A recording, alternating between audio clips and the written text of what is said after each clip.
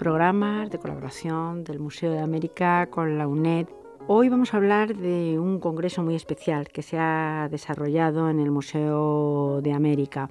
El congreso se llama El coleccionismo en las Cortes Virreinales de la Casa de Austria en Hispanoamérica. Este congreso internacional ha tenido la participación de especialistas importantísimos, como nos va a contar a continuación Concepción García Saiz, directora del Museo de América. Bienvenida, como siempre. Muchas gracias, Isabel. Tenemos además una invitada especial y el honor de tener a Nelly Sigot. Ella es investigadora del Colegio de Michoacán, en México. Bienvenida y muchas gracias por compartir este programa con nosotros. Muchas gracias. Volvamos quizá un poco a estas dos instituciones que aquí hoy están representadas. ¿De qué manera comienza, o hace mucho que ya se tiene esta relación para estar presente en este congreso? ¿Se hace de una manera casi mancomunada? ¿Cómo es? En realidad, la relación profesional entre los profesionales de México y España tiene mucha historia detrás. Y la relación con algunos de los miembros, y muy especialmente con la doctora Sigot del propio Colegio de Michoacán, dedicados a los estudios de la historia del arte novohispano fundamentalmente, pues también tiene una larga tradición. Lo que es reciente es el hecho de haber institucionalizado ya esa relación, y eso se hizo a través de un convenio que se firmó entre el Ministerio de Educación, Cultura y Deporte y el Colegio de Michoacán para el desarrollo precisamente de actividades de estas características. El convenio ha sido un convenio marco, como suele ser habitual, ¿no? Y la puesta en marcha de este convenio ha sido a través de este congreso. Yo ya sé que el programa lo vamos a dedicar a este congreso, pero sí me gustaría que la doctora Sigot nos hablara, que sea brevemente para aquellos que no lo supieran, lo que es el Colegio de Michoacán, a qué se dedica, cuál es su actividad. Muchas gracias. El Colegio de Michoacán es un centro público de investigación que depende del Consejo Nacional de Ciencia y Tecnología. Es un centro de investigación dedicado a la investigación y la docencia en posgrado. Tenemos 7 programas de doctorado, 3 de ellos, como el nuestro, el de Historia, de competencia internacional, de los cuales hay solamente 3 en México, el nuestro es uno de ellos, que está dedicado a preparar investigadores. Esa es nuestra función. Con ese objetivo tratamos de que tanto nosotros en nuestra actividad como nuestros estudiantes tengan posibilidades de salir a trabajar a distintos archivos, investigar, conocer otros profesores, relacionarse con otras formas de ver, entender el conocimiento, crear conocimiento y de esta manera mejorar su desempeño profesional. Volviendo, y muchísimas gracias, al Congreso, hablamos de coleccionismo en las Cortes Virreinales de la Casa de Austria en Hispanoamérica, es decir, casi en el título está el tiempo y el espacio del que hablamos. Sí, efectivamente, y es de una forma deliberada, interesada, claro, el marcar unos límites precisamente porque nos interesaba iniciar esta serie que podría, y nuestra intención es esa desde el principio, podría tener una continuidad. Entonces nos parecía que era muy importante el delimitar este capítulo y el abordar el papel importantísimo que tuvieron las colecciones unas veces interesadas de obras acumuladas por los propios virreyes y otras veces por su propio entorno, y otras veces no tiene esa intencionalidad de hacer una colección, sino que se acumulan obras, objetos como parte de los ajuares domésticos, de los objetos de devoción. Podríamos decir que hay como dos vertientes entonces diferentes. Por un lado, quien sí quería coleccionar y era consciente de que coleccionaba, y quien coleccionaba pues porque de alguna manera se van acumulando cosas. En ese sentido, lo verdaderamente interesante también es cómo las obras acumuladas por estos personajes influyen en el contexto en el que ellos se van a situar, porque tenemos que tener en cuenta, y precisamente de eso también se ha hablado mucho estos días, la movilidad de los personajes y la movilidad con sus propios ajuares, digamos, de qué manera se quedan o se trasladan. Sabemos que los virreyes en principio no podían pasar mucho tiempo en el cargo de virrey, sino que al cabo de 3 años, creo recordar, en principio, en teoría, alguno hubo que estuvo hasta 11, ¿no? O sea que... Y hablamos además tanto los virreinatos dentro de la monarquía de la Casa de Austria en Italia como en América. No, nos decidimos por Hispanoamérica para empezar, pero dejamos abierta con una mesa inicial la posibilidad de hablar de los virreinatos italianos para tratar de entender, así como en la conferencia inaugural se habló de Aragón, por ejemplo, para tratar de entender la forma de gobierno por medio de virreyes, como una forma a la cual la monarquía recurría y no inventó en Hispanoamérica o para Hispanoamérica. Lo que queríamos hacer y lo que queremos, y en esa línea seguiremos trabajando, espero, es ir quitando todas estas telarañas que todavía nos quedan de que los virreyes fueron una forma colonial de administración de América. El virreinato como presencia del rey o como representación real en un territorio tan extendido como el que fue los territorios de la monarquía hispánica, necesitaban obviamente a alguien que administrara a nombre del rey, y no solamente justicia, sino también orden, gobierno. Ese es el papel, la función que cumplieron los virreyes desde Italia, pero también en Aragón, pero también en Navarra, en Valencia y en Hispanoamérica, claro. Por situar precisamente esta cuestión, podríamos decir que el virrey era la representación real del rey. Era el representante del rey. El virrey era presidente de la audiencia, era virrey y capitán general. Con esos 3 cargos viajaba. Cuando salía, le daban su nombramiento y llevaba los 3 nombramientos para los 3 cargos. Si alguno de esos nombramientos no estaba disponible por algún motivo, y llegó a suceder, los miembros del cuerpo, la corporación que tenía que recibirlo, decían: momentito, usted no trae la orden real. Eso llegó a suceder, por ejemplo, en la Audiencia de México, cuando uno de los virreyes no llevaba el nombramiento de presidente de la audiencia, y la audiencia no le permitió entrar. Esto habla mucho del sentido de corporación de estos grupos, pero también de la importancia que tenían las figuras de nombramiento de las funciones que el rey le otorgaba, y en especial en el caso de la audiencia, porque tiene que ver con el principal atributo del poder real, que es la justicia, el ejercicio de la justicia. Por lo tanto, el poder era grande, era muy, muy grande.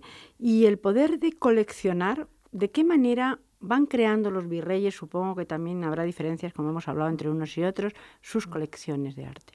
Bueno, hay que tener en cuenta que algunos de ellos llegaban desde Italia y luego pasaban a México o pasaban a Perú, a veces pasaban desde México a Perú.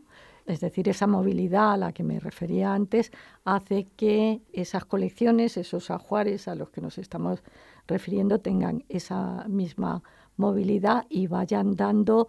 Ahora estamos acostumbrados a creer muchas veces que, bueno, ahora nos movemos con gran rapidez y la globalización y todo este tema, despreciando un poco la capacidad de movilidad y de otras épocas. Y es evidente que en el siglo XVII, entre otras muchas maneras de moverse los objetos y de conocerse en espacios, en contextos muy distantes, existía a veces de manera completamente sorprendente.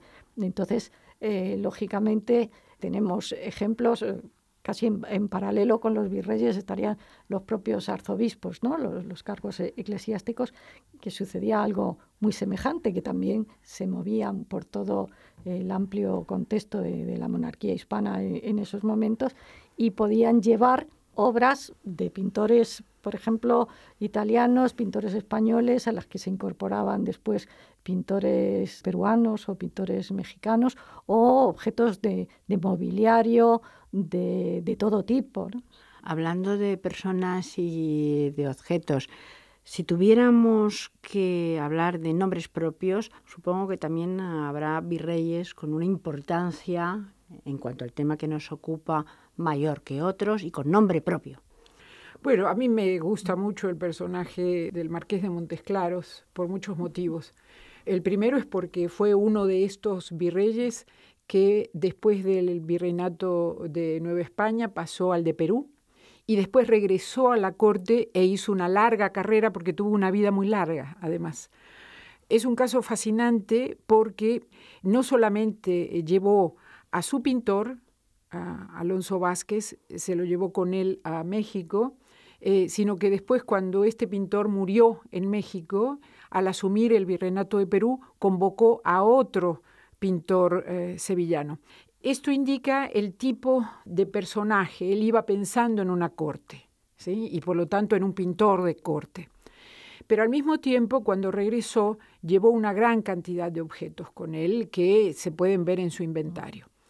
Hemos hablado de eso justamente en el Congreso, de los objetos que son representativos del servicio exterior. Esto es, llevó algunos cuadros de paisajes, por ejemplo. Hay dos casos fascinantes. Uno se describe como un indio flechero y el otro como una indiana con su hijo vendiendo cacao. Con lo cual ya estamos hablando de 1616. Son fechas muy tempranas para pensar en esos temas como pintura independiente. Por lo tanto, y aquí vemos que sí existen estos temas como pintura independiente a comienzos del siglo XVII. Así es. Esa es una discusión que se ha abierto, como algunas otras de las que hablaríamos, que es el caso de los biombos, por ejemplo, y las fechas de los biombos.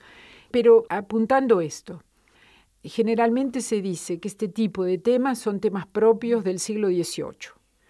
Hay una discusión que apenas se está iniciando y que hay que tomar con mucho cuidado, pero posiblemente haya que pensarla un poco más hacia atrás. Lo que pasa es que no tenemos muchos ejemplos. Aquí está uno de los temas importantes que también salieron en el Congreso. Estoy hablando de un nombre propio, me acaba de dar un nombre propio la doctora Sigot, pero a mí me gustaría que también lo ha apuntado, al margen de los cuadros y además de los cuadros, un objeto curioso como es el biombo. Y es muy curioso que se haya hablado tanto del biombo y la importancia del biombo. Sí, de hecho varias de las ponencias que se han presentado en el Congreso han estado dedicadas a este mueble. Está ahí en mitad de camino entre mueble y pintura, ¿verdad? Como uno de los elementos casi más presente en los inventarios de estos personajes. Ahí, en ese biombo, que ya en el siglo XVIII efectivamente serán temas más triviales, podríamos decir, de danzas entre la alta burguesía, pero en esta época, en el siglo XVII, por los que tenemos localizados, tienen una fuerte presencia política, podríamos decir, lo cual les liga muy bien a sus propietarios, ¿no? y a la idea que ellos mismos quieren transmitir. Durante mucho tiempo se habla de que los biombos también en un sentido de mobiliario de carácter secundario, ¿no? Estaban en los salones donde se reunían las señoras, era un elemento decorativo más, y sin embargo estamos viendo que no es así. ¿Y los virreyes ejercían también como mecenas? No lo podríamos decir tan claramente. Es una beta, como muchas otras, que está por explorarse. Sin embargo, hay una función que es la del vicepatronato regio, es decir, tenían que ocuparse como virreyes del ejercicio del patronato real y por lo tanto las grandes obras estaban bajo su control. El caso de las catedrales es el más específico y en el caso de México, la Catedral de México, que duró muchos siglos en su construcción y que los virreyes tomaban como una tarea personal, alguno de ellos. Vamos, el duque de Alburquerque fue con su mujer a barrer el altar mayor de la catedral para demostrar no solo que se habían terminado las obras con su impulso, sino también la humildad frente a la iglesia. Entonces, este tipo de relaciones entre el virrey, las obras y algunos de los que trabajaron tanto como pintores, arquitectos, posiblemente algunos hayan sido patrocinados. No sé si podemos hablar de mecenazgo en sentido estricto. hablamos de virreyes, creo que no podemos hablar en sentido estricto de virreinas, porque las virreinas se convertían o eran la mujer del virrey. No sé la importancia, o si alguna tuvo por lo menos una importancia, aunque fuera en un segundo plano. Bueno, sí, y justamente ahora sí vamos a hablar de mecenazgo. Una de las señoras virreinas más reconocidas es la que le dio cobijo a Sor Juana Inés de la Cruz. Ni más ni menos la cobijó en la corte y hizo publicar sus obras finalmente.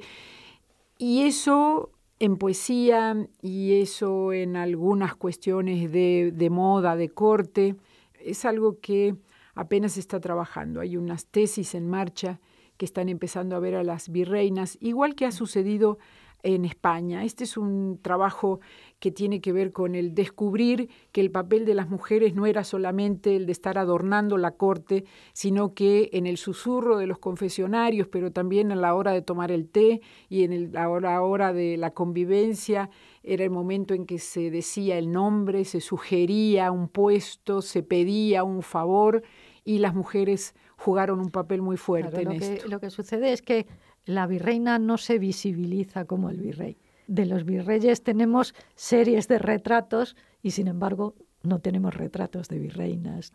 Eso a mí me parece que es muy importante para darles un lugar. Digamos, no sabemos cómo eran físicamente, no sabemos cómo vestían, no sabemos cómo se comportaban. Bueno, tenemos literatura, los maravillosos diarios, el diario de Guijo, el diario de Robles, que son los chismosos del siglo XVII, que cuentan cómo salía la virreina llena de plumas, diamantes, colores, y tanto el virrey como la virreina y sus hijos se vestían, por ejemplo, todos de lamé plateado, y plumas que llegaban, dice, las plumas del sombrero del virrey caían hasta las rodillas, por ejemplo.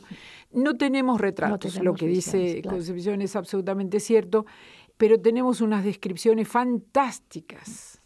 Para acabar, sí me gustaría en este camino de las colecciones. Hemos hablado que las colecciones también viajaban con los virreyes, pero en estos caminos de ida y vuelta de un lugar para otro, cuando regresaban a España, ¿qué ocurría con esas colecciones? ¿Cómo se asumía? ¿De alguna manera servían de aprendizaje de lo que allí ocurría?